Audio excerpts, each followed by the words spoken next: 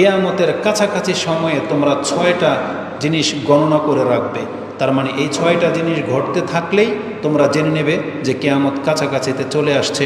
প্রথম হলো এহদা হুন্না মৌতি, আমার মৃত্যু হলো কেয়ামতের একটি আলামত। এটা রাসূল নিজে বলেছেন, মৌতি মানে আমার মৃত্যু হলো কেয়ামতের আলামত। তারপরে তিনি বলেছেন সুম্মা ফাতহু বাইতুল মাকদিস, বাইতুল মুকাদ্দেসের বিজয়, এটা ওমর রাদিয়াল্লাহু তাআলার মাধ্যমে হয়ে গেছে। সুম্মা মৌতানুন, তারপরে তাউন বলা হয় মহামারীকে, মৌতানুন যেটা তোমাদেরকে মহামারী আক্রমণ করবে। ইয়াখুযু ফীকুম, ওই মহামারীতে তোমাদের অবস্থা কেমন হবে? কাকুআসিল গানাম, যেভাবে বকরির মধ্যে রোগ হলে পালকে পাল বকরি মরে যায় একের পর এক, এভাবে সেই মহামারীতে সেই যেই রাষ্ট্রে এই মহামারীটা আসবে একের পর এক অসংখ্য মানুষ মৃত্যুবরণ করবে। আর এটাও ঘটে গেছে। ওমর রাদিয়াল্লাহু তাআলার শাসনামলেই ফিলিস্তিনে জেরুজালেমে একটা মহামারী এসেছিল। মুসলিমদের বিজয়ী হওয়ার পরপরই 1-2 বছর পরেই সেই মহামারীটা এসেছিল। তাতে অসংখ্য সাহাবী সহ অসংখ্য মুসলিম মৃত্যুবরণ করেছিলেন। তো এটাও কিয়ামতের একটা আলামত বলা হয়েছে। তারপরে 1400 বছরে আমরা দেখতে পাচ্ছি একের পর এক কয়েকটা মহামারীর ঘটনা ইতিহাসে লেখা হয়েছে। তারপর রাসূল সাল্লাল্লাহু আলাইহি ওয়াসাল্লাম বলেছেন সুম্মা ইস্তিফাদাতুল মাল, সম্পদকে বৃদ্ধি করে দেওয়া হবে, প্রত্যেকেই মালামাল হয়ে যাবে, ধনাঢ্য ব্যক্তি হয়ে যাবে প্রত্যেক ব্যক্তি। রাসূল সাল্লাল্লাহু আলাইহি ওয়াসাল্লাম অন্যান্য বর্ণনাগুলোতে বলেছিলেন যাদের পায়ের নিচে জুতা ছিল না, মানে চপ্পল কেনার মতো টাকা ছিল না, তারাও কিয়ামতের পূর্বে অট্টালিকার মালিক হয়ে যাবে এবং তারা বড়াই করবে একজনের বিল্ডিং থেকে আরেকজনের বিল্ডিং। কত সুন্দর, কত উঁচু হতে পারে। রাসূল বলেছেন যারা রাখাল বকরি চড়াতো তারা এই আরবের বুকে অট্টালিকা বানাবে। আর যেটা আপনি দেখতে পাচ্ছেন সৌদি আরব, দুবাই, কাতার সব দেশই প্রতিযোগিতা লেগে গেছে যে কোন দেশ থেকে কোন দেশের ইমারত কত বেশি উঁচু হতে পারে। আর এগুলো রাসূলুল্লাহ সাল্লাল্লাহু আলাইহি ওয়াসাল্লাম আজ থেকে 1400 বছর পূর্বেই আমাদেরকে ইঙ্গিত করে গেছে। তো রাসূল সাল্লাল্লাহু আলাইহি ওয়াসাল্লাম বলেছেন সুম্মা ইস্তিফাদাতুল মাল, সম্পদকে বৃদ্ধি করে দেওয়া হবে। কতটা বৃদ্ধি করে দেওয়া হবে? হাত্তা ইউতার রাজুলু মিয়াতা দিনারিন ফায়াজুন্নু সাখিতান, একজন ব্যক্তিকে আপনি 100 স্বর্ণমুদ্রা দেবেন তাতেও সে সন্তুষ্টি হইতে পারবে না। মানে কত টাকা পেলে সে সন্তুষ্ট হবে? 100 স্বর্ণমুদ্রাও তার কাছে হালকা মনে হবে, এমনটা পরিস্থিতি চলে যাবে। সুম্মা ফিতনাতুন, তারপর রাসূল সাল্লাল্লাহু আলাইহি ওয়াসাল্লাম বলেছেন ফিতনা আম হয়ে যাবে। লা ইয়াবকা বাইতুন মিনাল আরব, এমনকি আরবের কোনো ঘর পর্যন্ত বাকি থাকবে না, প্রত্যেক ঘর ফিতনা প্রবেশ করবে। ফিতনা শুধু রাস্তাঘাটে থাকবে না, মানে প্রত্যেকটা ঘরে ফিতনা প্রবেশ করবে। এবং রাসূলুল্লাহ সাল্লাল্লাহু আলাইহি ওয়াসাল্লাম বলেছেন সুম্মা হুদনাতুন তাকুনু বাইনাকুম ওয়া বাইনা বানিল আসফার, তারপরে তোমাদের সাথে একটা চুক্তি হবে বানিল আসফার, ওই গোল্ডেন কালারের জাতির সাথে, তার মানে ইউরোপিয়ানদের সাথে তোমাদের একটা চুক্তি হবে।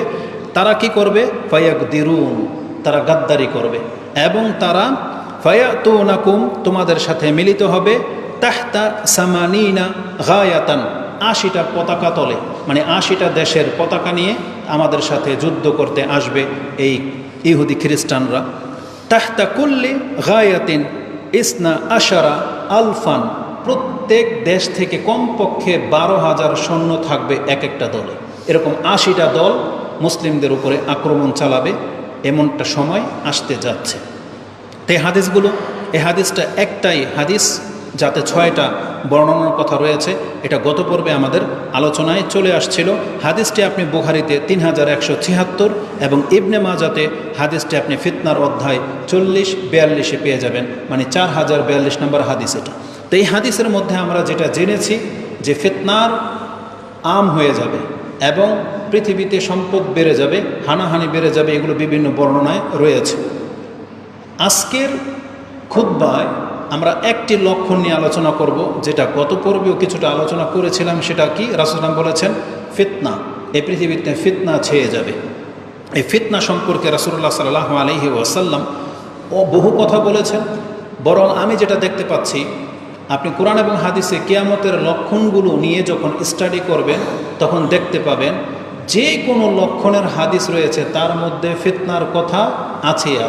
মানে রাসূল সাল্লাল্লাহু আলাইহি ওয়াসাল্লাম ফিতনার কথাটা বলেছেন, মানে যত বিপর্যয়ের কথাই আপনি হাদিসে পান না কেন তার একটা হচ্ছে ফিতনা। এবং রাসূলুল্লাহ সাল্লাল্লাহু আলাইহি ওয়াসাল্লাম তিনি এভাবে বলেছেন যে ফিতনা পতিত হতে থাকবে, নাজিল হবে একের পর এক, এবং সেই দৃশ্যটা মেঘের সাথে তুলনা করা হয়েছে, বৃষ্টির ফোঁটার সাথে। রাসূলুল্লাহ সাল্লাল্লাহু আলাইহি সাল্লাম বলেছেন নুজুলিল ফিতনা কামাওয়াকিতিল কাতর, যেভাবে বৃষ্টির ফোঁটা একটার পর একটা আসে, এমন না যে বৃষ্টি হলো এক বালতি পানি পড়ে গেছে আবার থেমে গেল, এমন না। বৃষ্টির ফোঁটা কিন্তু একের পর এক পতিত হয়, কয়েক সেকেন্ডের মধ্যে দেখা যাচ্ছে অনর্গল পড়তেই থাকে। রাসূলুল্লাহ সাল্লাল্লাহু আলাইহি সাল্লাম এই দৃশ্যটাই বলেছেন যে একটা ফিতনা শেষ হতে না হতে আরেকটা ফিতনা মাথাচাড়া দিয়ে আপনার সামনে প্রকাশ পাবে। একটা বিপদ থেকে আপনি মুক্ত হতে না হতে আরেকটা বিপদ আপনার উপরে চেপে যাবে। এইভাবে বৃষ্টির ফোঁটার মতো একের পর এক ফিতনায় পৃথিবীতে পতিত হতে থাকবে। বরং এর চাইতেও আশ্চর্যজনক হাদিস রাসূলুল্লাহ সাল্লাল্লাহু আলাইহি ওয়াসাল্লাম বলেছেন, বরং এই পৃথিবীতে কোনো কল্যাণ বাকি থাকবে না, শুধু বাকি থাকবে বালা মুসিবত আর ফিতনা, বিপর্যয়, দুঃখ কষ্ট আর বিপর্যয় শুধু বাকি থাকবে। ইমাম ইবনু মাজাহ তিনি তার কিতাবুল ফিতনার অধ্যায়ে 30 নম্বর অধ্যায়ের 24 নম্বর পর্বে এই পৃথিবী কত কঠিন দিকে যাচ্ছে সেই পর্বে তিনি উল্লেখ করেন হাদিসটি 40-35 মানে 4035 নম্বরে হাদিসে রয়েছে। মুআবিয়া তিনি বলেন সামিআতু রাসূলুল্লাহি সাল্লাল্লাহু আলাইহি ওয়াসাল্লাম ইয়াকুল লা ইয়াবকা মিনাদ দুনিয়া লাম ইয়াবকা মিনাদ দুনিয়া ইল্লা বালাউন ও ফিতনাতুন, দুনিয়ার বুকে শুধুমাত্র বিপদ আপদ আর ফিতনা শুধু বাকি থাকবে। তার মানে এটা হচ্ছে দুনিয়ার রেজাল্ট। আগামীতে আপনি যতই দেখতে পাচ্ছেন দেশ উন্নত হচ্ছে, মানুষ পয়সাওয়ালা হচ্ছে, রাস্তাঘাট সুন্দর হচ্ছে, ঠিক তার পাশাপাশি এই পৃথিবীতে বিপদ আপদ এবং মুসিবত বাড়তেই থাকবে। যতদূর আমরা জানি প্রায় মানুষ অখুশ, মানে প্রায় মানুষ অসন্তুষ্টির মধ্যে আছে, তার জীবনের কোনো না কোনো দিক থেকে ঘাটতি আছে। যদিও সে পয়সাওয়ালা, যদিও অন্য থেকে সে ভালো আছে, যদিও তার গেট আপ দেখে মনে হবে যে সে অনেক ভালো আছে, কিন্তু তার মাঝেও অশান্তি বিরাজ করে, তার ঘরে অশান্তি রয়েছে। এটা প্রায় ঘরেই দেখা যাচ্ছে, প্রায় ব্যক্তিদের মাঝে দেখা যাচ্ছে। এটা দেশব্যাপী হবে। কোনো দেশ বর্তমানেও যদি আপনি নেট দেখেন, আমরা বাংলাদেশেই শুধু অশান্তিতে আছি এমন না, পৃথিবীর বুকে এমনও রাষ্ট্র আছে যে রাষ্ট্রের মানুষ যে কত নির্মম বা কত জঘন্যভাবে জীবনযাপন করতেছে আপনি আশ্চর্য হয়ে যাবেন। যেমন আফ্রিকায় সোমালিয়াতে এইসব জায়গাগুলোর মধ্যে মানুষের কোনো মূল্য নাই। আমাদেরই একজন আর্মি পার্সন ভাই আফ্রিকাতে ডিউটির অবস্থায় আছে, সেখানে খুতবাও দেয়। তিনি মাঝে মাঝে ভিডিও ক্লিপ করে আমাকে পাঠায়, দেখায় যে এদের জীবনযাত্রাটা কেমন। মানে আমাদের কাছে কুকুরের যেমন মূল্য নাই, ওই দেশে মানুষেরও তেমন কোনো মূল্য নাই। দেখা যাবে একাধারে 500-600 মানুষকে হত্যা করে গর্ত করে গর্তের মধ্যে বুলডোজার দিয়ে ফেলে দেওয়া হচ্ছে। এটা হচ্ছে ইহুদি নাসারা খ্রিস্টানদের জীবন। এবং ওই সব দেশগুলোর মধ্যে মুসলিমরাও তাদের মতো হয়ে গেছে, খ্রিস্টানদের মতো, দিন ধর্ম বোঝে না, পর্দা বলে তো কিছু নাই, আল্লাহকে তো চিনিই না। এই খ্রিস্টান জাতি একে অপরকে গোলাগুলি করে শত শত মানুষকে মেরে ফেলে। কিন্তু ওই সব মিডিয়াতে না আসার কারণে মনে হয় যে আমরাই সবচেয়ে মনে হয় বেশি বিপদগ্রস্ত, কিন্তু না, জেনে নেন মুসলিমরা তুলনামূলক খ্রিস্টানদের চাইতে, অন্যান্য হিন্দু ইহুদিদের চাইতে অনেক বেশি ভালো আছে। আমাদের মধ্যে অনেক সমস্যা, কিন্তু তারপরে আমরা বিজাতির থেকে অনেক বেশি ভালো আছি। কারণ ওদের ঘরগুলোতে, ওদের সোসাইটিগুলোতে এমন কোন্দল, আপনি অবাক হয়ে যাবেন। সেই তুলনায় মুসলিম পরিবারগুলো এখনও অনেকটাই কল্যাণের পথে আছে। তবে এই মুসলিম যখন অকল্যাণের পথে হাঁটা শুরু করবে, মুসলিমদের অধিকাংশ মানুষ যখন খারাপের দিকে যাবে, তখন এই বিপর্যয়গুলো বাড়তে থাকবে। একটু পরেই সেই কোরআনের একটা আয়াত আসবে, এদিকে ইঙ্গিত রয়েছে। তো রাসূলুল্লাহ সাল্লাল্লাহু আলাইহি ওয়াসাল্লাম বলেছেন পৃথিবীতে শুধু ফিতনা আর বালা মুসিবত বাকি থাকবে, আর কোনো কল্যাণ থাকবে না।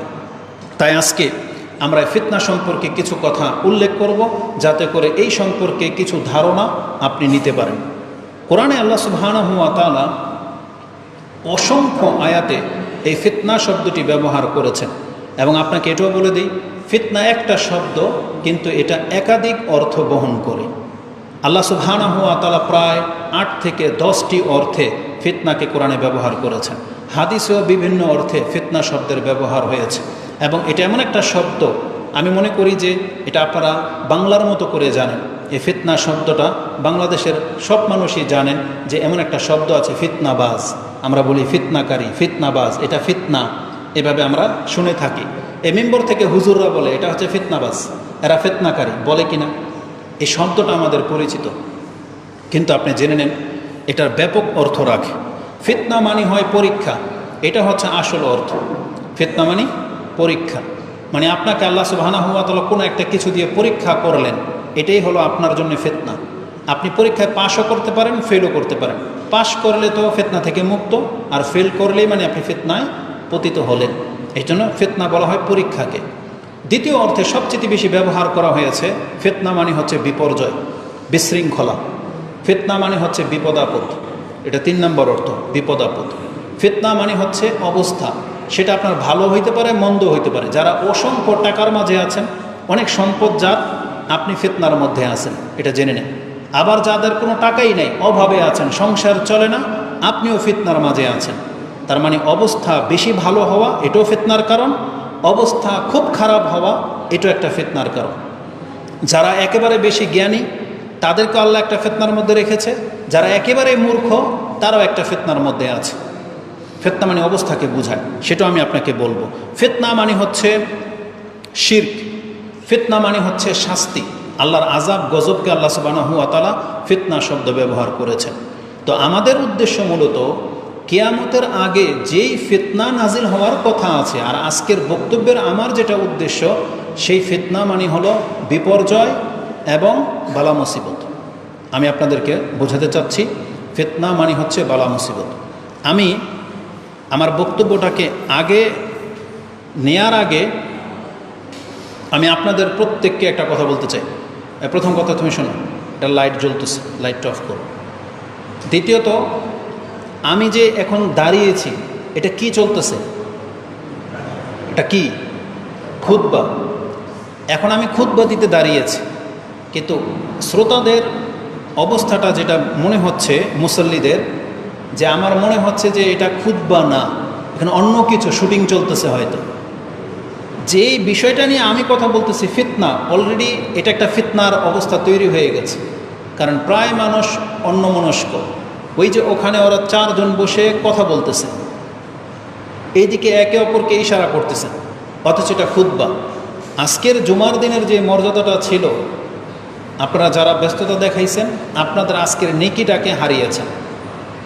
আমার কোনো ক্ষতি হয়নি, কারণ আমি তো নারায়ণগঞ্জ থেকে আসছি, তাওয়াক্কা করিনি, বৃষ্টিতে গাড়ি নিয়ে চলে আসছি, আমি আমার দায়িত্বটা পুরো করেছি ওয়াদা অনুযায়ী। তাহলে আমার কোনো ক্ষতি হয়নি, ক্ষতি হয়েছে আপনাদের, যারা অন্যমনস্ক ছিলেন, উঠেছেন, বসেছেন, ব্যস্ততা দেখেছেন, কথা বলতেছে, তাহলে এরা ক্ষতিগ্রস্ত হবে। তোমরা 4 জন উঠে আসো, এদিকে, এদিকে আসো। কখনোই মসজিদে এইভাবে হেলান দিয়ে বসবেন না, এটা উচিত না। আসো, সামনে আসো। তা আমরা যদি আমাদের মুসলিমদেরকে শিক্ষা না দিই, তাহলে এটা আপনারা কোত্থেকে নেবেন?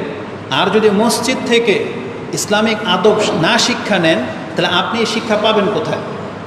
আজকে জাতি যাদের কাছ থেকে শিক্ষা নেয় তার চিত্র আমাদের সামনে একবারে স্পষ্ট। যে সমস্ত ছাত্রদেরকে নিয়ে আপনি মায়াকান্না কাঁদেন, তারা ইসলামিক শিক্ষায় শিক্ষিত হয়নি। তাদের পুরো শিক্ষা ব্যবস্থাটাই হচ্ছে নাস্তিকবাদ। স্টার্লিন, ওই লেলিন বা ইহুদি নাসারাদের যে থিওরি, সেই শিক্ষায় তারা শিক্ষিত হয়েছে। তারা ইসলামের আদব কায়দা বোঝে না। এই জন্য তাদের কাছে যেটা হক মনে হয়, তারা রাস্তাঘাটে সেই আচরণগুলি করতেছে। আর রাস্তাঘাটে যে বিশৃঙ্খলাগুলো দেখা দিয়েছে, তখন আপনি তাদের রক্ত দেখে, তাদের মারপিট দেখে আপনার এখন মানে মায়াকান্না চলে আসছে যে এইভাবে মানুষকে মানুষ মারে। কিন্তু তাদের অপরাধ কিন্তু কম না।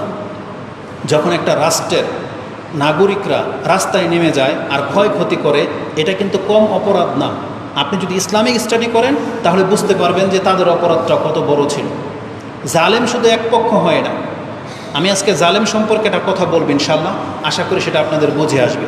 তা আমি আমার মূল বিষয়ে যাওয়ার আগে আপনাদেরকে আবার রিকোয়েস্ট করি, যখনই মসজিদে আসবেন জুমার খুতবায়, এটা সাধারণ কোনো ওয়াজ মাহফিল না, কারণ এর মধ্যে একটা ব্যাপক নেকি রাখা হয়েছে। আপনি যদি চুপ করে বসতেন, খুতবা শুনতেন, নামাজটা পড়ে বাসায় রওনা হওয়ার আগেই যত কদম দিয়ে আপনি মসজিদে এসেছিলেন, আপনার এক এক কদমের নিচে 1 বছরের কিয়াম, 1 বছরের সিয়াম, মানে 1 বছর লাগাতার কেউ তাহাজ্জুদ পড়লে যেই নেকি পেত, 1 বছর লাগাতার সিয়াম রাখলে যেই নেকিটা পেত, আল্লাহ আপনার 1 কদমের নিচে রেখে দিতেন। কিন্তু সেই বিষয়টাকে আমরা মূল্যায়ন করি না, এটা মোটেও কাম্য নয়। তো আল্লাহ সুবহানাহু ওয়া তাআলা আমাদেরকে জানিয়েছেন যে পৃথিবীতে ফিতনা আপতিত হওয়ার সময় চলে আসছে। তো বলেছিলাম যে ফিতনা মানে হচ্ছে পরীক্ষা, বিপদ আপদ, ফিতনা মানে হচ্ছে শাস্তি, ফিতনা মানে হচ্ছে বিপর্যয়। এই সম্পর্কে কোরআন থেকে কয়েকটি আয়াতের দলিল আপনাকে দিয়ে দিই, যাতে আপনি বুঝতে পারেন। কারণ কথাগুলো শুধু আপনাদের মধ্যে সীমাবদ্ধ থাকবে না, এটা লাইভ হচ্ছে, রেকর্ড হচ্ছে, এটা পুরো বিশ্বের বাংলা ভাষীদের কাছে ছড়িয়ে যাবে। এই জন্য তারাও বিষয়টাকে জানবে যে আজকের বিষয়টা কী ছিল। কোরআনে আল্লাহ সুবহানাহু ওয়া তাআলা পরীক্ষার অর্থে ফিতনা শব্দটা ব্যবহার করেছেন। যেমন একটা আয়াত নিয়ে নেন, যে আয়াতটি আল্লাহ সুবহানাহু ওয়া তাআলা সূরা তাগাবুন 64 নম্বর সূরা এবং সূরা আল আনফাল 8 নম্বর সূরাতে রয়েছে। তাতে আল্লাহ সুবহানাহু ওয়া তাআলা বলেছেন, ইন্নামা আমওয়ালুকুম ওয়া আওলাদুকুম ফিতনা, নিশ্চয়ই তোমাদের সম্পদ এবং তোমাদের সন্তান এগুলো হচ্ছে তোমাদের জন্য ফিতনা। তাহলে এই ফিতনাটা এখানে 2 অর্থে ব্যবহার করা হয়েছে। এক, এগুলো হচ্ছে বিপর্যয় এবং এগুলো হলো আপনার আমার জন্য পরীক্ষা। তার মানে সম্পদ মানুষকে লাভবানও করে, ক্ষতিগ্রস্তও করে। সম্পদ তেমনি সন্তানও মানুষকে লাভবানও করে, ক্ষতিগ্রস্ত করে।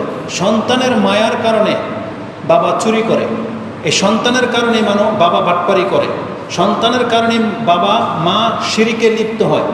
নিজের যখন সন্তান হয় না তখন বহু বাপমা আছে কিছুদিন আল্লাহকে ডাকে, তারপরে চিকিৎসা নেয়, তারপরে এমনও পর্যায়ে চলে যায় সে মাজারে পর্যন্ত সেজদাও করে শুধু একটা সন্তানের জন্য। আবার যারা অভাবী, যাদের ব্যবসা ভালো না, যাদের কৃষিক্ষেত খামার ফসল হয় না, তারা প্রথম আল্লাহকে ডাকে, তারপরে ট্রিটমেন্ট করায়, ঔষধ দেয়, সব কিছু করে, কিছুই হয় না, তখন মান্নত করে বিভিন্ন মাজারে। এমনকি বাবা যা বলে তা করে। তার মানে মানুষ সম্পদ আর সন্তানের জন্য শিরক পর্যন্ত করে ফেলে।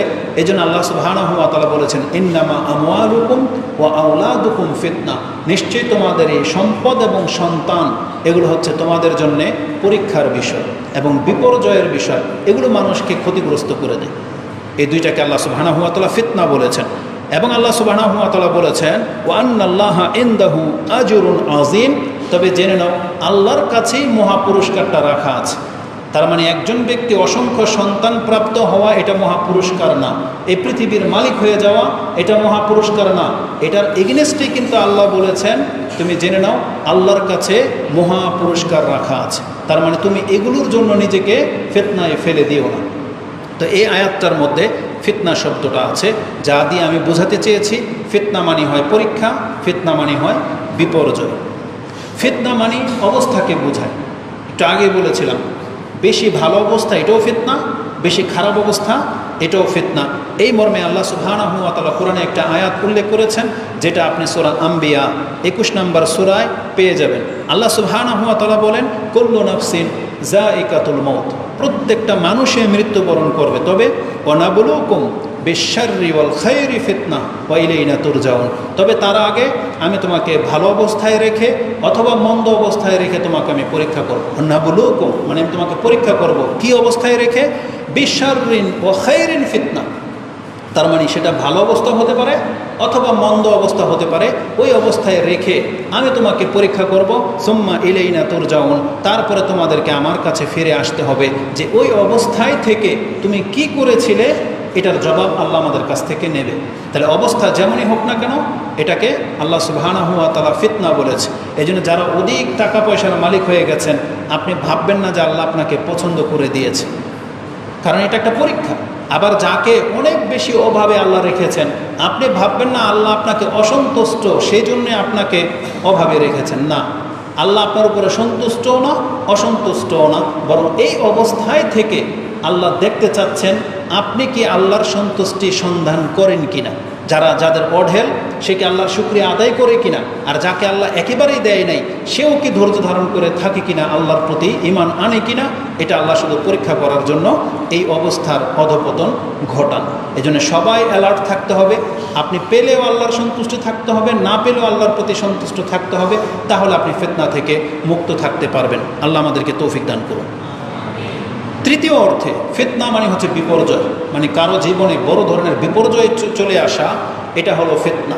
যেমন একজন মুসলিমের জীবনের সবচেয়ে বড় বিপর্যয় ফিতনা হলো শিরকে লিপ্ত হয়ে যাওয়া, মুশরিক হয়ে যাওয়া। একজন মুসলিমের জীবনের সবচেয়ে বড় বিপর্যয় হলো মুনাফিক হয়ে যাওয়া, নাস্তিক হয়ে যাওয়া, ধর্ম থেকে মুখ ফেরানো।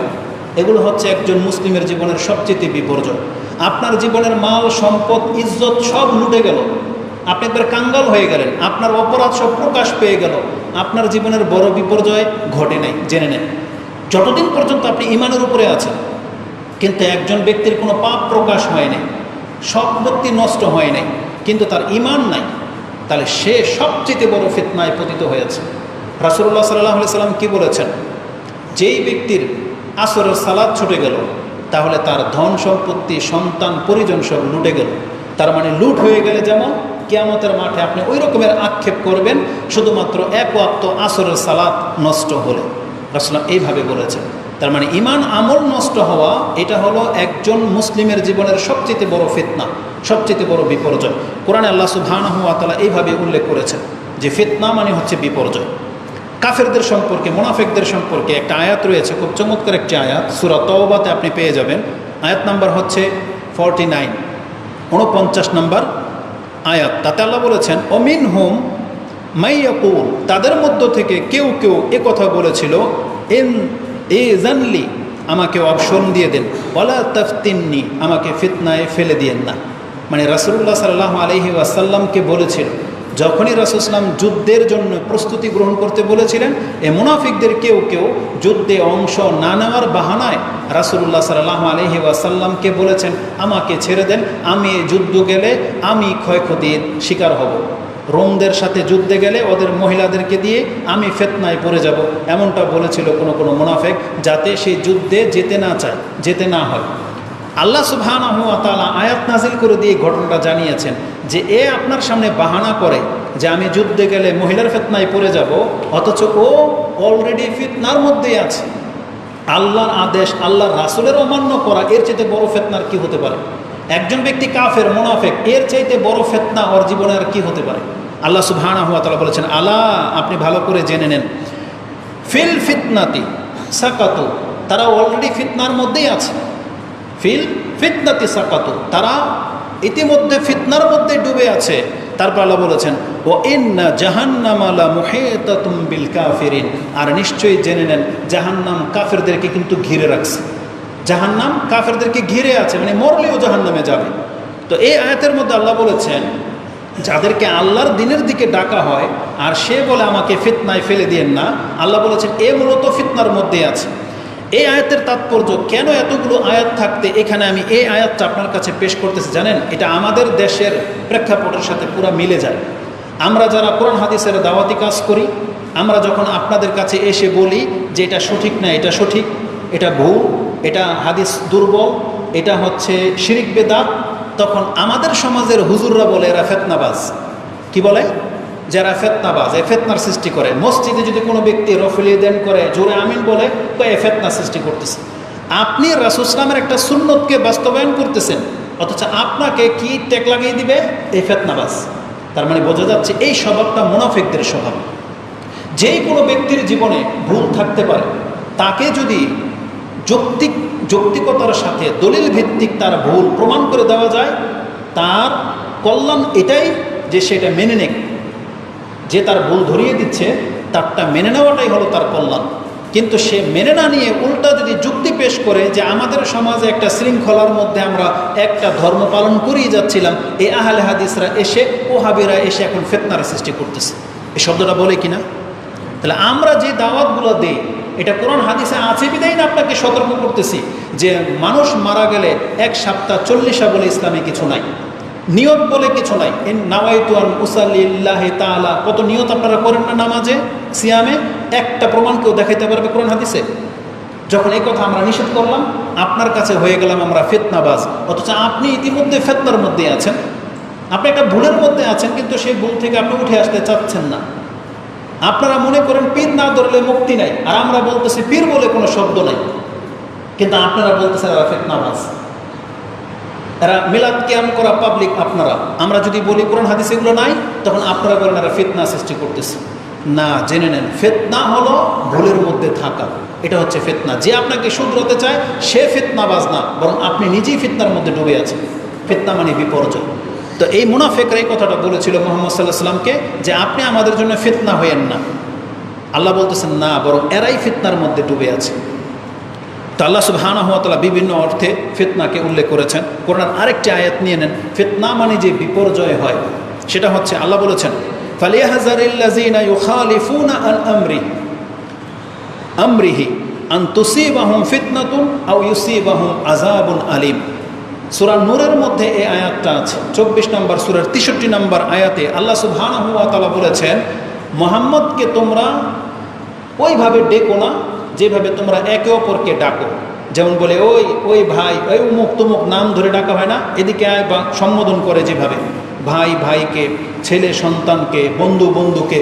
আল্লাহ বলেছেন মুহাম্মদকে তোমরা এমনটা ভাইব না, এইভাবে তোমরা যা খুশি তা ডাকাডাকি করবা, এটা হইতে পারে না, তোমরা ভয় করো। তারপরে আল্লাহ বলেছেন মুহাম্মদ সাল্লাল্লাহু আলাইহি ওয়াসাল্লাম যেই বিধানটা তোমাদের কাছে এনে দেবে, সেই বিধান যদি তোমরা গ্রহণ না করো, তাহলে তোমাদের দুইটার একটা অবস্থা হবে।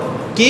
আল্লাহ সুবহানাহু ওয়া তাআলা বলেছেন ফালিয়াহযারিল্লাযীনা ইউখালিফুনা আন আমরিহি, মুহাম্মাদের বিধানকে যারা লঙ্ঘন করে, বিরুদ্ধাচরণ করে, তারা সতর্ক হোক যে তাদের জীবনে দুইটা জিনিস নেমে আসবে। কি?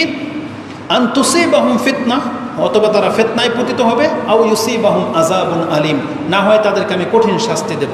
তার মানে আল্লাহ এখানে শাস্তির বিপরীতে ফিতনাকে এনেছেন, যে ফিতনা এক জিনিস, শাস্তি আরেক জিনিস। ফিতনা কি? যদি মুহাম্মদ সাল্লাল্লাহু আলাইহি ওয়াসাল্লামের সুন্নতকে কেউ অবমূল্যায়ন করে বা গ্রহণ না করে, আপনার জীবনের সবচেয়ে বড় ফিতনা হলো আপনি বেদাতি হয়ে যাবেন। আপনি তখন বেদাত করতে থাকবেন, সুন্নত তখন আপনার কাছে ভালো লাগবে না, ওই বিদাতটাই আপনার কাছে ভালো লাগবে। আপনি যদি মুহাম্মদ সাল্লাল্লাহু আলাইহি ওয়াসাল্লামের আদেশ নিষেধকে লঙ্ঘন করেন, তাহলে আপনি হয়ে যাবেন ফিতনাবাজ, বিপর্যস্ত ব্যক্তি। আপনার দ্বারা যে কোনো অন্যায় হয়ে যেতে পারে, আপনি নিজে জালেম হয়ে যেতে পারেন। আপনি নিজে জুলুম করতেছেন, অথচ মনে হবে যে আপনি ভালো কাজ করতেছেন, এরা জালেম। আপনার জুলুম তখন আপনার কাছে মনে হবে না, কিন্তু যখন আপনি নিজেকে রাসূল ইসলামের মানদণ্ডে দাঁড় করাবেন, তখন দেখতে পাবেন এটা ঠিক, এটা বেঠিক, তখন আপনি সঠিক রাস্তাটা পাবেন। কিন্তু আপনি যখন সিদ্ধান্তটা নিজে নেবেন, নিজেদের ওই বিদ্যা বুদ্ধির উপর দিয়ে চলবেন, রাসূল ইসলামের আদর্শটাকে ছেড়ে দিবেন, তখন আপনার কাছে মনে হবে সামনের লোক জালেম, কিন্তু আপনি জালেম এটা মনে হবে না। তা আল্লাহ সুবহানাহু ওয়া তাআলা বলেছেন আন তুসিবাহুম ফিতনা, ফিতনা তোমাদেরকে ছেয়ে যাবে। সেটা কি? শিরিক বিদআতে তোমরা পড়ে যাবে। আও ইউসিবাহুম আযাবুন আলীম, তাহলে আমার পক্ষ থেকে তোমাদেরকে শাস্তি দিয়ে ধ্বংস করে দেওয়া হবে। তাহলে এখানে আল্লাহ সুবহানাহু ওয়া তাআলা বিপর্যয় অর্থে ফিতনাটাকে এনেছেন। এবার আসুন, এই যে বিপর্যয় যে বললাম, যে আমরা যদি রাসূল ইসলামের তরিকা ছেড়ে দেই আমাদের মধ্যে ফিতনা শুরু হবে, সেটা কি? কোরআন আল্লাহ বলেছেন এই ফিতনা হচ্ছে শিরক এবং বিদআত, শিরকে লিপ্ত হয়ে যাওয়া। কারণ রাসূল সাল্লাল্লাহু আলাইহি ওয়াসাল্লাম এসেছিলেন আমাদেরকে তাওহীদের দাওয়াত নিয়ে, আর যারাই তাকে অমান্য করেছে তারাই শিরকে লিপ্ত হয়েছে। যারা আজকে কোরআন হাদিস মেনে চলেন তারা কিন্তু অনেক শিরক থেকে মুক্ত। আপনার জানা মতে আপনি কোনো শিরক করেন না, কিন্তু কোরআন হাদিসের বাইরে যারা বিভিন্ন তরিকার লোক, দেখবেন যে অনেক শিরক তারা লিপ্ত, আপনি স্পষ্ট দেখতে পাচ্ছেন। তাদের বিশ্বাসে শিরক, তাদের কাজকর্ম শিরক। আরে শিরক হোক বা না হোক একটা আমল, সেটা কি? তাবিজ ব্যবহার করা, এখানে কালি দেওয়া। যারা কোরআন হাদিস মেনে চলে তাদের বাচ্চাকে আপনি কালিও পাবেন না, তাবিজ কবজও পাবেন না। তাহলে তারা কার ভরসায় চলে? আল্লাহর ভরসায় চলে। নাকি আমাদের সন্তান নাই? এই যে সন্তানগুলো, এই বাচ্চা, কার কপালে কালি আছে বা কার গায়ের মধ্যে তাবিজ আছে? কিন্তু আপনি অন্য অন্য মাদ্রাসাগুলো দেখেন, হানাফিদের যে কোনো মাদ্রাসাতে যান, আপনি 100 জন ছাত্রর মধ্যে না হইলেও 50-60 জন বাচ্চার মধ্যে আপনি তাবিজ পাবেন। এটা ওদের ধর্ম। কিন্তু আমরা আপনাদেরকে নিষেধ করি যে আল্লাহ সুবহানাহু ওয়া তাআলার ভরসায় আমাদেরকে চলতে হবে। কারণ রাসূল সাল্লাল্লাহু আলাইহি ওয়াসাল্লাম আমাদেরকে যা শিক্ষা দিয়েছেন সেটা হচ্ছে আমাদের মানহাজ। তো আল্লাহ সুবহানাহু ওয়া তাআলা বলেছেন যারা তার আদর্শকে ছেড়ে দেবে তারা ফিতনায় পতিত হবে। আর ফিতনা কি? এই ফিতনা মানে হচ্ছে শিরক, যেটা আল্লাহ সুবহানাহু ওয়া তাআলা কোরআনের 2টা আয়াতে উল্লেখ করেছেন। যে আয়াতটি আপনি সূরা বাকারা 2 নম্বর সূরার 193 নম্বর আয়াত এবং সূরা আনফালের 39 নম্বর আয়াতে পেয়ে যাবেন। আল্লাহ সুবহানাহু ওয়া তাআলা বলেছেন, ওয়াকাতিলুহুম হাত্তা তাকুনা ফিতনা, ওয়াকাতিলুহুম হাত্তা লা তাকুনা ফিতনাতুন ওয়া ইয়াকুনা দ্বীনু লিল্লাহ। তোমরা আল্লাহর দিন প্রতিষ্ঠিত হয়ে যাওয়ার আগ পর্যন্ত এবং যতক্ষণ পর্যন্ত এই জমিন থেকে ফিতনা দূরীভূত না হচ্ছে তোমরা সংগ্রাম করতে থাকো। এই আয়াতকে বাস্তবায়ন করেছিলেন রাসূলুল্লাহ সাল্লাল্লাহু আলাইহি ওয়াসাল্লাম এবং সাহাবায়ে কেরাম। যে আরব জাজিরার মধ্যে যতদিন পর্যন্ত কোনো মুশরিক বাকি ছিল ততদিন পর্যন্ত রাসূলুল্লাহ ক্ষান্ত হন নাই। এক পর্যায়ে মক্কা বিজয় করলেন এবং আরব জাজিরা থেকে তিনি সমস্ত শিরিককে নির্মূল করে দিলেন। এমনকি একটা পর্যায়ে ওমর রাদিয়াল্লাহু তাআলা আনহুর যুগে একজন কাফেরও আরব জাজিরার মধ্যে ছিল না। যে কয়টা ইহুদি খ্রিস্টান বাকি ছিল তাদেরকে পর্যন্ত এই আরব জাজিরা থেকে বের করে দেওয়া হয়েছে। এটা ওমর রাদিয়াল্লাহু তাআলার ঘটনা ঘটেছে। তাহলে মুসলিমদের দায় দায়িত্ব হলো যেই জমিনে মুসলিমরা বসবাস করবে সেখানে একমাত্র আল্লাহর ইবাদত চলবে, আল্লাহ ছাড়া অন্য কোনো কারো ইবাদত চলবে না। যতদিন পর্যন্ত এটা না হবে মুসলিমরা শান্ত হয়ে বসতে পারবে না। মুসলিমদেরকে আল্লাহ সুবহানাহু ওয়া তাআলা পৃথিবীতে পাঠিয়েছেন শুধু এই জন্য যে তারা এই জমিনকে শিরিক মুক্ত করবে, পুতুল পূজা মুক্ত করবে। এটা ছিল মুসলিমদের প্রথম মিশন। কিন্তু সেই মুসলিমরা আজকে দেশে রাজত্ব নিয়ে লড়াই করে, যার যার বাড়ি নিয়ে সীমানা নিয়ে দ্বন্দ্ব, মুসলিমের সাথে দ্বন্দ্ব লেগে যায়। অথচ মুসলিমদেরকে আল্লাহ সুবহানাহু ওয়া তাআলা এর জন্য সৃষ্টি করেন নাই, বরং আল্লাহ বলেছেন ওয়াকাতিলুহুম হাত্তা লা তাকুনা ফিতনা। যতক্ষণ পর্যন্ত শিরক নির্মূল না হবে মুশরিকদের খেলাফ তোমরা লড়তে থাকো। কিন্তু আমরা এই দিকের প্রতি লক্ষ্য রাখিনি। তাহলে এই আয়াতের মধ্যে ফিতনা শব্দটা শিরকের বোঝানোর জন্য আনা হয়েছে। ফিতনা মানে হলো শাস্তি। ফিতনা শব্দটা আসছে শাস্তির অর্থে। কোরআনে আল্লাহ সুবহানাহু ওয়া তাআলা বলেছেন, আযালিকা খায়রুন নুজুলান আম শাজারাতুজ যাক্কুম। জাহান্নামীদের আলোচনা করতে গিয়ে আল্লাহ সুবহানাহু ওয়া তাআলা বলতেছেন, এই আয়াতের আগের আয়াতগুলোতে জান্নাত এবং জান্নাতের নেয়ামতের কথা আছে, যে জান্নাতীদেরকে এটা দেওয়া হবে, এটা দেওয়া হবে। এটা বলার পর আল্লাহ সুবহানাহু ওয়া তাআলা পুরো পৃথিবীর মানুষের সামনে তুলে ধরেছেন, এই যে জান্নাতের বর্ণনা তোমার কাছে দেয়া হলো, সুখকর একটা জান্নাত, সেখানে তোমাকে পানি পান করতে দেওয়া হবে মিসকে আম্বরের মতো প্রশান্ত, হাউজে কাউসার, তারপরে লুকলু ওয়াল মারজান তোমার জন্য অপেক্ষা করতেছে, সেখানে স্বর্ণের পেয়ালা হবে, কত কিছু হবে, আপ্যায়ন করার মতো গিলমান থাকবে। বলো তো দেখি এটা বেশি উত্তম নাকি শাজারাতুজ যাক্কুম, যাকে ওই যাক্কুম গাছের ফল খেতে দেওয়া হবে ওইটা উত্তম? কোনটা উত্তম? আল্লাহ সুবহানাহু ওয়া তাআলা এই কথাটাই বলেছেন, আম শাজারাতুজ যাক্কুম, নাকি যাকে শাজারাতুজ যাক্কুম গাছের ফল দেওয়া হবে সেই উত্তম? এটা বলার পর আল্লাহ বলতেছেন, ইন্না জাআলনাহা ফিতনাতান লিয-যালিমিন, আমি এই যাক্কুম ফলটাকে জালেমদের জন্য প্রস্তুত করেছি। ইন্না শাজারাতুজ যাক্কুম, আল্লাহ বলতেছেন ফিতনাতান, এটা একটা শাস্তি। কার জন্য? লিয-যালিমিন, জালেমদের জন্য। মানে যারা জুলুম করে মরে যাবে, এই যাক্কুম ফল, জাহান্নামের ফল তাদেরকে খেতে দেওয়া হবে। রাসূল সাল্লাল্লাহু আলাইহি ওয়াসাল্লাম বলেছেন তাআমুন আসিম, এটা অত্যন্ত নিন্দনীয় একটা খাদ্য, খেলে আপনার পেট ফেরে এটা ভিতরে গিয়ে ভাস্ট হয়ে যাবে। ভাস্ট হয়ে গেলে আপনার আতুরুজির যা আছে সব ফেটে বেরিয়ে যাবে। এটা একটা অ্যাটম বোমার মতো কাঁটাযুক্ত একটা গাছ, যেটা আপনার পেট ফেরে উপর থেকে যাবে আর নিচে দিয়ে ফেরে বেরিয়ে যাবে। এটা হচ্ছে শাজারাতুজ যাক্কুম। আল্লাহ যেন আমাদেরকে হেফাজত করে। এটা সূরা সাফফাত 37 নম্বর সূরাতে আপনি পেয়ে যাবেন 62 এবং 63 নম্বর আয়াতে। তাহলে এখানে আল্লাহ বলেছেন শাজারাতুজ যাক্কুম দিয়ে যাদেরকে শাস্তি দেওয়া হবে। এখানে শাস্তি না বলে আল্লাহ বলেছেন ফিতনাতান, এটা হলো ফিতনা। তার মানে ফিতনা মানে হচ্ছে শাস্তি। ফিতনা মানে হচ্ছে বিপর্যয়, শাস্তি, বিপদ আপদ। এটা একটা হাদিস দিয়ে পুরো আলোচনাটাকে সংক্ষিপ্ত করা যায়। আয়েশা রাদিয়াল্লাহু তাআলা আনহা তিনি বলেন, ক্বালা রাসূলুল্লাহ সাল্লাল্লাহু আলাইহি ওয়াসাল্লাম কানা ইয়াদউ বিহাউলাইদ দাওয়াত। রাসূলুল্লাহ সাল্লাল্লাহু আলাইহি ওয়াসাল্লাম যখন দোয়া করতেন আল্লাহর কাছে, তিনি এই ভাষায় দোয়া করতেন, আল্লাহুম্মা ইন্নী আউযু বিকা মিন ফিতনাতিন নারি ওয়া মিন আযাবিন নার ওয়া মিন ফিতনাতিল কবরি ওয়া মিন আযাবিল কবর ওয়া মিন শাররি ফিতনাতিল গিনা ওয়া শাররি ফিতনাতিল ফকর ওয়া মিন শাররি ফিতনাতিল মাসীহিদ দাজ্জাল। রাসূলুল্লাহ সাল্লাল্লাহু আলাইহি ওয়াসাল্লাম আল্লাহর কাছে দোয়া করতেন, আল্লাহ আমি তোমার কাছে কবরের ফিতনা এবং কবরের আযাব থেকে তোমার কাছে আশ্রয় চাচ্ছি, জাহান্নামের আগুনের ফিতনা এবং জাহান্নামের আগুনের শাস্তি থেকে তোমার কাছে আশ্রয় চাচ্ছি। আল্লাহ, আমি তোমার কাছে ধন সম্পত্তির ফিতনা এবং অভাবের ফিতনা থেকে তোমার কাছে আশ্রয় চাচ্ছি, ভালো এবং মন্দর ফিতনা থেকে, এবং আমি তোমার কাছে দাজ্জালের ফিতনা থেকে আশ্রয় চাচ্ছি। তাহলে এখানে ফিতনা শব্দটা আসছে, আবার আযাব শব্দটা আসছে। বোঝা যাচ্ছে যে আযাব মানে শাস্তি আর ফিতনা মানে বিপর্যয়। তার মানে কবরের মধ্যে একজন ব্যক্তি যেমন শাস্তিও পাবে, আবার সে বিভ্রান্ত হবে, তাকে অনেক ভয় দেখানো হবে। এটা হচ্ছে কবরে। জাহান্নামের আগুন যেমন শাস্তি তেমন হচ্ছে অসহ্যকর, এটা আপনার সহ্য হবে না, এই জন্য ফিতনা বলা হয়েছে। দাজ্জালের মধ্যে দুইটা জিনিস আছে, দাজ্জাল আপনাকে আঘাত করবে, আবার দাজ্জাল আপনাকে সবচেয়ে বেশি ক্ষতি করবে, এই জন্য দাজ্জালকে ফিতনা বলা হয়েছে। ধন সম্পত্তির ভালো এবং মন্দ অধিকাংশ মানুষকে কষ্ট দেয়। অনেক সময় অনেক সম্পদ হয়ে যাওয়ার কারণে আপনার জীবন ঝুঁকির মধ্যে পড়ে যায়। এই সম্পদের কারণে আপনার শত্রু তৈরি হয়ে যায় এবং সেই শত্রু সম্পদের কারণে আপনাকে হত্যা পর্যন্ত করে দেয়। তাহলে অনেক সম্পদ যে সবসময় ভালো কিছু বয়ে আনে তা না, বরং অধিকাংশ সময় আপনার অকল্যাণও বয়ে নিয়ে আসে। এই জন্য রাসূলুল্লাহ সাল্লাল্লাহু আলাইহি সাল্লাম তিনি আল্লাহর কাছে দোয়া করতেন, মিন শাররি ফিতনাতিল গিনা ও শাররি ফিতনাতিল ফাকর।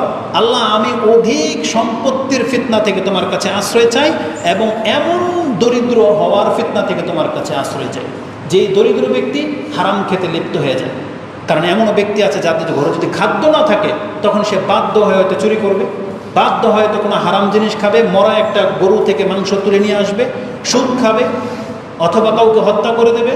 মানে মানুষ যখন অভাবে পড়ে তখন এই কাজগুলো তার ঘটে, তখন সে একটা হারাম চাকরি পেলে সেটাই করে। এই জন্য বেশি অভাব এটা মানুষের ঈমান হারা হয়ে যায়। এই জন্য রাসূল সাল্লাল্লাহু আলাইহি ওয়াসাল্লাম বেশি অভাব ফিতনা থেকে আল্লাহর কাছে আশ্রয় চাইতেন। আমাদেরকে আল্লাহর কাছে আশ্রয় চাইতে হবে। তাহলে এই হাদিসটি ইমাম বুখারী, ইমাম ইবনে মাজাহ থেকে নিয়ে নেন। হাদিসটি ইমাম ইবনে মাজাহ তার দোয়ার অধ্যায় 3838 মানে 3838 নাম্বারে আপনি পেয়ে যাবেন। যদিও হাদিসটি বুখারী মুসলিমে আছে, কিন্তু এই জায়গাতে ফিতনা এবং আযাব পাশাপাশি শব্দ থাকার কারণে এই হাদিসটা আমি আপনার কাছে পেশ করেছি। তাহলে এই পুরো আলোচনায় আমি আপনাকে যেটা বোঝাতে চেয়েছি, রাসূল বলেছেন এই কিয়ামতের পূর্বে পৃথিবীতে ফিতনা ব্যাপকভাবে বেড়ে যাবে। আর কোন কোন অর্থে বেড়ে যাবে, এটা আপনার জন্য একটা শাস্তির কারণ, মানে পৃথিবীতে শাস্তি আপতিত হবে। তারপরে পৃথিবীতে বিপদ আপদ বেড়ে যাবে, তারপরে বিপর্যয় দেখা দেবে। এমনকি রাসূলুল্লাহ সাল্লাল্লাহু আলাইহি সাল্লাম বলেছেন, বিকালবেলা একজন ব্যক্তি মুসলিম থাকবে, কিন্তু রাতের বেলা তার সাথে এমন কিছু ঘটবে সে তার পরের দিন কাফের হয়ে যাবে। আবার দিনের বেলা একটা ব্যক্তি মুসলিম ছিল, সন্ধ্যায় এমন কি ঘটবে রাতে সে কাফের হয়ে যাবে। এমনটা বিপর্যয় ছেয়ে যাবে এই পৃথিবী, যেটা এক এক করে এই কথাগুলোর মধ্যে আসবে। যেহেতু সময় পার হয়ে চলে যাচ্ছে, এই জন্য আমরা এই বিষয়টা আপনার বুঝে থাকলে যে ফিতনা, যে বিপদ আপদ এবং এটার সম্মুখীন যে আমরা হব, এই সম্পর্কে আমি আপনাকে দুই একটা কথা বলি। রাসূলুল্লাহ সাল্লাল্লাহু আলাইহি ওয়াসাল্লাম বলেছেন, পৃথিবীতে শাস্তি এবং বিপর্যয় নেমে আসবে, এবং অপর বর্ণনায় যেমনটা রয়েছে যে পৃথিবীতে শুধু বিপদ আপদ বালা মুসিবত ছাড়া আর কিছুই বাকি থাকবে না। গত খুতবায় আমরা একটা হাদিস উল্লেখ করেছিলাম, আপনার কারো কারো জীবনে এমন বড় বিপদ চেপে যাবে যে সে তার নিকট কোনো এক আত্মীয়ের কবরের পাশে গিয়ে কবরের উপরে শুয়ে হয়তো তাকে উদ্দেশ্য করে বলবে, হায় আমার আফসোস, আমি যদি এখানে হইতাম, এই মৃত ব্যক্তিটা যদি আমার বাপদাদা না হয়ে আমি যদি হইতাম, তাহলে আমি বেঁচে যেতাম। এমন বিপর্যয়, এমন ফিতনা কারো কারো জীবনে নেমে আসবে। তার মানে মুসলিমদের তো আত্মহত্যা করা জায়েজ নাই। আত্মহত্যা করার জায়েজ থাকলে রাসূল নিজেই বলতেন যে ফিতনায় আত্মহত্যা করে ফেলবে, কিন্তু যেটা আত্মহত্যা করার উপায় নাই, কিন্তু সে মরে গেলেই মনে হচ্ছে যে ভালো হইতো, এমনটা আশা করবে। এমন এমন বিপর্যয় তার জীবনে চলে আসবে। একটা মানুষের পাপ প্রকাশ পেয়ে গেলে এটা কত বড় বিপর্যয়। সমাজের মানুষ কি বলবে? মরিয়ম আলাইহিস সালাম কোনো পাপ করে নাই, কিন্তু এমন একটা ঘটনা তার সাথে ঘটেছিল, সেটা তার কাছে আকাশ ভেঙে পড়ার মতো, যে তাকে কোনো পুরুষই স্পর্শ করে নাই, অথচ তিনি প্রেগনেন্ট, তার পেটে বাচ্চা চলে আসছে। এটা কত বড় বিপদ। আল্লাহ না করুক পৃথিবীতে কোনো মহিলার হয়তো এটা ঘটবে না, কিন্তু যদি ঘটে তার মরে যাওয়া ছাড়া আর কোনো উপায় নেই। কারণ সমাজে সে মুখ দেখাতে পারবে না, কারণ কেউ বিশ্বাস করবে না এটা, যেটা মরিয়ম আলাইহিস সালামের সাথে ঘটেছিল। আর এটা ঘটবেও না, জেনে নেন। কোনো মহিলা খারাপ কাজ করে আবার ওই থিওরি অ্যাপ্লাই করবে, এটা কোনো জাতি মেনে নেবে না। তো মরিয়ম আলাইহিস সালাম কিন্তু এই কথাটাই বলেছিল যে হায়, যে আমি যদি মৃত ব্যক্তি হইতাম, আও নাসিয়া মানসিয়া, অথবা এমন কেউ হইতাম যাকে মানুষ ভুলে যাবে, তার বিপদ দেখে তিনি বলতেছেন, আমি এখানে জন্মই কেন হইলাম, আমি যদি মরে যেতাম এখন, আর মানুষ যদি আমার ভুলে যেত। তিনি এমন বড় বিপদ নিজের জন্য এটা ফিল করেছিলেন। তো কারো কারো জীবনে এমন ঘটনা ঘটে যায় যে এমন কিছু অপ্রীতিকর জিনিস গোপন ছিল প্রকাশ পেয়ে যায়, তখন কিন্তু সে আর মুখ দেখাইতে পারে না, তখন তার এটাই মনে হয় যে আমি মরেই যাই। কিন্তু মুসলিমদের জন্য আত্মহত্যা করা জায়েজ নাই। জেনে নেন, আপনার জীবনের যত বড় বিপর্যয় হয়ে যাক না কেন, এটা আমরা গত খুতবায় সতর্ক করেছি, আজকেও সতর্ক করে দিই আমাদের যুবক ভাই বোনদেরকে, আপনার জীবন অনেক মূল্যবান, মুসলিমদের জীবন অনেক মূল্যবান। যত পাপ ক্ষয়ক্ষতি হয়ে গেছে, আপনি আল্লাহর কাছে তওবা করেন, আল্লাহ আপনাকে ক্ষমা করবে, আবার আপনি সঠিক পথ পাবেন। কিন্তু নিজের জীবন নিজে নিয়ে নিলে আপনি সমস্ত রাস্তা বন্ধ করে দিলেন, আল্লাহ কিন্তু আপনাকে ক্ষমা করবে না। কিন্তু আপনি বেঁচে থাকেন কিছু কাল, হতে পারে আল্লাহ আপনাকে ক্ষমা করবে। এজন্য কেউ যেন কোনো দিন কোনো কারণে আত্মহত্যার রাস্তা বেছে না নেয়। তো রাসূল সাল্লাম বলেছেন, পৃথিবীতে শুধুমাত্র বিপর্যয় আর ফিতনা বাকি থাকবে, আর সেই ফিতনাতে সেই শাস্তি হোক বিপর্যয় হোক, আপনি জেনে নেন সেটা শুধু পাপীরা হবে তা কিন্তু না। কোরআনে আল্লাহ সুবহানাহু ওয়া তাআলা সূরা আনফালে আমাদেরকে সতর্ক সাবধান করে দিয়েছেন যে হে মুসলিমরা, তোমরা শুনে রাখো, ফিতনা যখন শুরু হয়ে যাবে, সেটা যে কারণেই হোক, সেই ফিতনাতে শুধু যে জালেমরা ক্ষতিগ্রস্ত হবে তা কিন্তু না, এই ফিতনায় কিন্তু তোমাদেরকেও ছাড়বে না। আল্লাহ সুবহানাহু ওয়া তাআলা সূরা আনফালে বলেছেন, ওয়াত্তাকু ফিতনাতান লা তুসিবান্নাল্লাযিনা যালামু মিনকুম খাসসা, তোমরা সতর্ক সাবধান থাকো, ফিতনা শুরু হয়ে গেলে সেটা শুধু তোমাদের জালেমদের জন্য বরাদ্দ থাকবে না, সেই ফিতনাতে তোমরাও পতিত হবে, আর আল্লাহর শাস্তি কিন্তু খুব কঠিন, এটা আল্লাহ জানিয়ে দিয়েছেন। যেহেতু বলেছিলাম জুলুম, এখানে আমি একটা কথা বলবো। আজকে বাংলাদেশের প্রেক্ষাপটের অবস্থা চিন্তা করে দেখেন, একদিকে আমাদের মুসলিম সন্তান স্টুডেন্টরা রাস্তায় নেমেছে, আরেক দিকে আমাদের প্রশাসন। কে জালেম? এ বলতেছে সরকার পক্ষ জালেম, সরকার পক্ষ বলতেছে এরা জালেম। কিভাবে? যে এরা অনেক ক্ষয়ক্ষতি করেছে দেশের, অনেক গুরুত্বপূর্ণ দামি স্থাপনাগুলোকে নষ্ট করেছে, অনেক গাড়িগুলো জ্বালিয়েছে, পুলিশকেও মেরেছে। এই জন্য সরকারের নজরে এরা হচ্ছে জালেম, আর এদের নজরে সরকার হচ্ছে জালেম। কেন? বলছে এরা আমাদেরকে ডাইরেক্ট গুলি করে, সেই জন্য এরা জালেম, জুলুম করতেছে, ছাত্রদেরকে হত্যা করতেছে। তো দুই পক্ষ একে অপরকে জালেম দেখতে পাচ্ছে, সামনের লোককে জালেম দেখতে পাচ্ছে। আমার মনে হয় কোরআন হাদিসের নিরিখে তার চশমাটাকে খুলতে হবে, দুই পক্ষকে খুলতে হবে, তখন স্পষ্ট হয়ে যাবে কে জালেম। জুলুম এমন একটা শব্দ বা জালেম এমন একটা শব্দ যে এটা প্রয়োগ করে সে নিজেও একটা জালেম, কিন্তু সে এটা মানতে চায় না, বুঝতে পারে না। আপনি কি জানেন প্রত্যেকটা মুসলিম যারা বেনামাজি সবগুলো জালেম? জানেন এটা? যারা নামাজ পড়ে না তারা প্রত্যেকটাই জালেম, নাকি সন্দেহ আছে? যারা সুদ খায়, হারাম খায়, তারা কি জালেম? যারা নিজেদের ঘরে অত্যাচার করে, হক দেয় না বোনদের, স্ত্রীদের, সন্তানদের, এরা কি জালেম? তাহলে আমরা আপন আপন জায়গায় কিন্তু সবাই জালেম। যেমন আমরা যারা ধর্ম পালন করি না তারাও জালেম। আর এই কথা কিন্তু আপনি নামাজে স্বীকার করতেছেন। আপনি কি বলেন? আত্তাহিয়াতুর আগে, মানে আত্তাহিয়াতুর পরে কি বলেন? রাব্বানা ইন্নী যালামতু নাফসি যুলমান কাসীরা ওয়া লা ইয়াগফিরু যুনুবা ইল্লা আনতা। আল্লাহ, আমরা সবাই নিজের নফসের উপর অনেক বেশি জুলুম করেছি, আর তুমি ছাড়া এই জুলুমের ক্ষমা কেউ করতে পারবে না। তার মানে সেই সেন্সে আমরা সবাই জালেম। কিন্তু ব্যাপার যখন হক আর বাতিল নিয়ে, আমি একটা ছোট্ট একটা কথা বলি। আপনি জানেন ফেরাউন মূসা আলাইহিস সালামের সম্পর্কে এই কথাই বলেছিল যে মূসা জালেম। নমরুদ ইব্রাহিম আলাইহিস সালামকে জালেম বলেছিল, এটা জানেন? সূরা ইব্রাহিম, সূরা আম্বিয়া 21 নম্বর সূরার 59 এই আয়াতগুলো দেখেন। 50-এর পরেই 59 সম্ভবত থাকতে পারে। ইব্রাহিম আলাইহিস সালাম কি মূর্তি ভাঙে নাই? পুতুলগুলো তো ভাঙছিল না? তখন যারাই মূর্তিগুলোর ইবাদত করত, সেই পূজারীরা বলছিল, মান ফাআলা হাযা বিআলিহাতিনা, কে করলো এই সর্বনাশ আমাদের ইলাহাদের সাথে, আমাদের মাবুদদের সাথে, ভেঙে সব চুরমার করে দিছে। ইন্নাহু লামিনা যালিমিন, নিঃসন্দেহে সে একটা বড় জালেম। কি শব্দ ব্যবহার করেছিল? ইন্নাহু লামিনা যালিমিন। তার মানে আজকে আমরা মুসলিমরা যদি হিন্দুদের মূর্তি ভেঙে দেই, হিন্দুরা বলবে মুসলমানরা জালেম। আর আপনার বিদ্যা কি বলে? আপনি ভালো করছেন না খারাপ করছেন? আমরা তো মনে করি আমরা ভালো করছি। আমরা যারা জিহাদ করি, আমরা যদি একটা কাফেরকে মারি, তাহলে আমরা কি ভালো করলাম না খারাপ করলাম? আমাদের বিদ্যা অনুযায়ী ভালো, কিন্তু ওরা কি বলবে? এরা জালেম বলবে না? আজকে কিছু নাস্তিকরা বলে না মুহাম্মদ সাল্লাল্লাহু আলাইহি সাল্লামকে যে সে তরবারি দিয়ে জুলুম করেছে, অথচ আল্লাহর আদেশ ছিল কিনা এটা? আমরা যে গরু জবা করি, গরু, আপনি কি কম জালেম যে একটা গরুকে নিজে খাবেন বিদে একটা গরুকে জবা করে দিতেছেন? আপনি কত বড় জালেম। এখন ওই গরুওয়ালা যারা, গরুর দলের নাস্তিক যারা, ওরা দেখতে পায় আপনি জালেম, কিন্তু আপনি কি দেখতে পান? এটা জুলুম না কি এটাই হক? এটা হক, কারণ এটা আল্লাহ আমাদের জন্য হালাল করছে। আমি তো ছোট মানুষ, আসলে এভাবে বলতে পারি না। বাংলাদেশের প্রেক্ষাপটে আপনাকে জেনে দিই, যে কটা লোক আছেন আপনি দ্বিমত পোষণ করতে পারেন, তবে জেনে নেন ইসলামী শরিয়া ভিত্তিতে আপনি মানতে বাধ্য যে একটা মুসলিম রাষ্ট্রের শাসক যদি জালেমও হয়, কোনো মুসলিম নাগরিকের এটা অধিকার আল্লাহ দেয় নাই যে সে রাস্তায় শাসকের বিরুদ্ধে নেমে যাবে। এটা ইসলামে আমাদেরকে অধিকারই দেয় নাই। এটা গণতান্ত্রিক সিস্টেম। আপনি যদি মনে করেন এটা গণতান্ত্রিক দেশ, তাহলে আপনি তো আল্লাহ সুবহানাহু ওয়া তাআলার বিধানটা মানলেন না। আপনি তো গণতান্ত্রিক বিধানটা মেনে নিলেন যে গণতান্ত্রিক অধিকার, আমি রাস্তায় নামবো, ওকে আমি ছিনিবিনে খেলবো। এটা তো আপনার একটা গণতান্ত্রিক সিস্টেম, কিন্তু আপনার নবী তো এই কথা বলে নেই আপনাকে।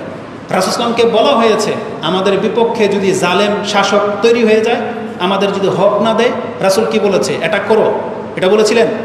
রাসূল কি বলেছেন? কার কি জানা আছে? রাসূলকে কথা বলে নাই যে তোমরা ধৈর্য ধারণ করবে, তোমরা আল্লাহর কাছে তোমাদের হক চাইবে? সাহাবীদের উপর কি জুলুম করা হয় নাই? হাজ্জাজ বিন ইউসুফ কি তাইবীদেরকে হত্যা করে নাই? কোন সাহাবী রাস্তায় নেমেছিলেন? তো কথা হচ্ছে এটা একটা ভিন্ন প্রেক্ষাপট। আর ব্যাপার যখন দুনিয়াবি ব্যাপার, আপনার হক নিয়ে, ইসলামের কোনো ব্যাপার না, আপনার হক নিয়ে সরকার দিচ্ছে না, আর আপনি সেই দাবিতে গিয়ে এই স্থাপনাগুলোকে ভেঙে দিবেন, আপনিও অ্যাকশনে যাবেন। আর আপনি এখন যদি অস্বীকার করেন, তাহলে এটা কে নেবে দায়ভার? ধরে নেন ছাত্ররা এগুলো নষ্ট করে নাই, কেউ না কেউ তো করছে, ছাত্রদের পক্ষ হয়েই তো করছে, করে নাই? তাহলে এরা কি? এদের আপনাদের নজরে কি? আপনি বলবেন হকের জন্য লড়ছে। তো সরকার তো দেখতে পাচ্ছে এরা জালেম, আপনি দেখতে পাচ্ছেন সরকার জালেম। যে কথাটা আমি বললাম যে মূর্তি ভেঙে দেওয়ার কারণে ইব্রাহিম আলাইহিস সালামকেও এই কথাটাই বলা হয়েছিল, ইন্নাহু লামিনাজ জালিমিন, সে হচ্ছে একটা জালেম। তাহলে যার স্বার্থে আঘাত লাগে সে তার বিপরীত ব্যক্তিকে জালেম দেখতে পায়, কিন্তু কোনো না কোনোভাবে আমরা সবাই জালেম। কেন জানেন? আমরা সবাই যে জালেম, আমাদের সবচেয়ে বড় জুলুম আমরা করেছি রাসূল ইসলামের তরিকা ছেড়ে দিয়ে। আমরা গণতান্ত্রিক সিস্টেমে রাষ্ট্র বানিয়েছি, এটা হচ্ছে আমাদের জীবনের সবচেয়ে বড় জুলুম। নারী নেতৃত্ব হারাম, এটা কে না জানেন, কিন্তু আপনি তো সেই ব্যক্তি যে ভোট দিয়েছিলেন প্রথম কাতারে গিয়ে, তো জালেম তো আপনি। আপনার এলাকায় যখন কোনো মহিলা কাউন্সিলর দাঁড়ায়, তার পেছনে কারা? আপনারাই, যেটা ইসলামে না জায়েজ। তাহলে প্রথম জুলুমটা হয়েছে ওখানে। আর এখন যখন সে আপনার হক দেয় না, এখন আপনি বলতেছেন সে জালেম, কিন্তু এ জালেমকে বসাইল কে? আমরা। তাহলে আল্লাহ সুবহানাহু ওয়া তাআলা এমনি এমনিতে আপনাকে ছেড়ে দিবে না, এই জন্য বুঝে শুনে কাজ করতে হবে। তো কথা হচ্ছে যার স্বার্থের আঘাত লাগে সে তার বিপরীত ব্যক্তিকে জালেম দেখতে পায়। কিন্তু জেনে নেন, যেই ব্যক্তি মুসলিমদের বিপক্ষে দাঁড়িয়ে যাবে, হতে পারে সে কাফের, তাহলে সেটা কথা ভিন্ন জিনিস, কিন্তু যখন সে মুসলিম, হতে পারে সে জালেম, সে আপনার হক দেয় না, সে আপনার ভাই হতে পারে। যেমন আপনার ঘরে যখন বাবার কোনো সম্পত্তি রেখে যায়, আপনার অনেকের বড় ভাই আছে বা চালাক ভাই আছে যেটা বেশি নেয়, তখন কি আপনি আপনার ভাইকে হত্যা করে ফেলেন, ছিনিয়ে নেন তার কাছ থেকে, নাকি বিচার আচারে ডাকেন? সে যদি না দেয় আপনি অনেক সময় চুপ করে থাকেন, কিছুই করার আপনার ক্ষমতা নাই, নাকি তাকে রাস্তায় পেলে আপনি কুবায় মেরে ফেলেন এই সম্পত্তির জন্য? এটা তো আমরা কেউ করি না। তাহলে আমাদের ঘরের ব্যাপার যেটা, রাষ্ট্রের ব্যাপার একই। ওই পক্ষ মুসলিম, তারা আমার হক দিচ্ছে না, আমি আল্লাহর কাছে বিচার দেব, তার কাছে চাইতে পারি যে আমার হকটা দেন, না দিলে আমার কিচ্ছু করার ক্ষমতা নাই। হাবিল আর কাবিল, এই ঘটনাতে কি শিক্ষা রয়েছে? দুইজনই কিন্তু মুসলিম ছিলেন, হাবিল এবং কাবিল, আদম আলাইহিস সালামের সন্তান। কাবিল কি করেছিল? যে লা লা আকতুলান্নাক, আমি তোমাকে হত্যা করব। হাবিল কি বলছে? আমি এই কাজ করব না, আমি তোমার বিপক্ষে আমার হাত উঠাবো না। কেন? সে তো প্রোটেক্টও করতে পারতেন যে ঠিক আছে তুমি মারতে পারবে না, আমি মারলে কিন্তু আমি তোমাকে ধরবো। আমরা যেটা বলি যে এটা আঘাত দিয়ে দেখ, আমি তোর একটা দিতে পারতাম না, আমরা বলি না? কিন্তু হাবিল কিন্তু এই কাজটা করে নাই, কারণ সামনে তার ভাই ছিল। বলতো তুমি যদি আমাকে মারো, আমি আমার হাত তোমার উপরে তুলবো না, কারণ তুমি আমার ভাই। আল্লাহ সুবহানাহু ওয়া তাআলা সেটা আমাদের কাছে জানিয়েছেন, নাকি আল্লাহ এটা বলেছেন যে হাবিলের উচিত ছিল ডিফেন্স করা? এটা আমাদেরকে জানায় নেই। যখন দ্বন্দ্ব হবে মুসলিমে মুসলিমে, মুসলিম একজনকে ঠান্ডা হয়ে যেতে হবে, না হলে রক্ত ঝরবে। আর রক্ত ঝরলে দুইজনই জাহান্নামে যাবে, যে মরলো সেও যাবে, যে মারলো সেও যাবে, কারণ দুইটাই মুসলিম, দুইজনই জান্নাতি। পাপের কারণে কোনো মুসলমান জাহান্নামী হয় না, কারণ আল্লাহ তাকে একটা না একটা সময় ক্ষমা করবে। কিন্তু আপনি একটা মুসলিমকে হত্যা করেছেন, সে যত বড় জালেম হোক, এই বিষয়টা অতটা খামখেয়ালিভাবে নেবেন না। সেটা পুলিশ পক্ষ হোক অথবা ছাত্রদের পক্ষ হোক, কেউ দ্বারা যেন কোনো মুসলিম হত্যা না হয়, নিজের হাতকে সাবধানে রাখেন। এটা হচ্ছে আমাদের মেসেজ। কারণ কোরআন হাদিসে এটাই রয়েছে, হক আপন জায়গায় আপনি হক ঠকতেছেন, আল্লাহর কাছে বলেন। আল্লাহ সুবহানাহু ওয়া তাআলা চিরকাল সব জালেম শাসককে কিন্তু বাঁচায় রাখে নাই, ফেরাউনে টিকে থাকে নাই। আর পৃথিবীতে কোন শাসক বেঁচে থাকবে? তাহলে আপনি অপেক্ষা করেন, আপনি আর ধৈর্য ধারণ করেন, আল্লাহর কাছে চান। আমি আর আপনি হয়তো ফল খেতে পাবো না, কিন্তু আমাদের সন্তানগুলো ফল খেতে পাবে। আল্লাহ এই জালেমকে সরিয়ে দিয়ে এমন একজন সরকার দেবে ইনশাআল্লাহ, যেটা ওরা ফল ভোগ করবে। কিন্তু আমরা যদি আগেই অরাজকতা করে নিজেরাই মরে যাই, তো ওদেরকে আমরা কি কার উপরে রেখে যাচ্ছি? বুঝে শুনে কাজ করব। তো আল্লাহ সুবহানাহু ওয়া তাআলা আমাদেরকে বলেছেন, যখন ফিতনা পৃথিবীতে নাজিল হবে, তোমার কথা মতো শুধু জালেমরাই ধ্বংস হবে না, তাহলে তোমরাও এই জুলুমের শিকার হবে। আজকে দেশে যে অরাজকতাটা শুরু হয়েছে, ধরলাম জালেমের বিপক্ষে নামছে, আপনার ক্ষয়ক্ষতি হচ্ছে না? রাস্তাঘাট সব বন্ধ, ব্যবসা বাণিজ্য সব বন্ধ, এই ক্ষয়ক্ষতি কারা হচ্ছে? আমরাই, জনসাধারণই হচ্ছি। এটাই হলো ফিতনা। রাসূল সাল্লাল্লাহু আলাইহি ওয়াসাল্লাম বলেছেন, ফিতনা শুরু হয়ে গেলে তখন সেটা শুধু পাপীদের ক্ষয়ক্ষতি হয় না, সৎ লোকেরাও এর মধ্যে মারা পড়বে। এটা ছিল ফিতনার একটা রূপরেখা। ফিতনার ধরনটা কি, দ্বিতীয় খুতবা এবং উপকারটা বলবো, যদিও সময় একটু বেশি হয়ে গেছে। আকুলু লিকাউলি হাযা আস্তাগফিরুল্লাহ আলাই ওয়া লাকুম ওয়া লিসাইরিল মুসলিমিন ফাস্তাগফিরু ইন্নাহু হুয়াল গফুরুর রহিম।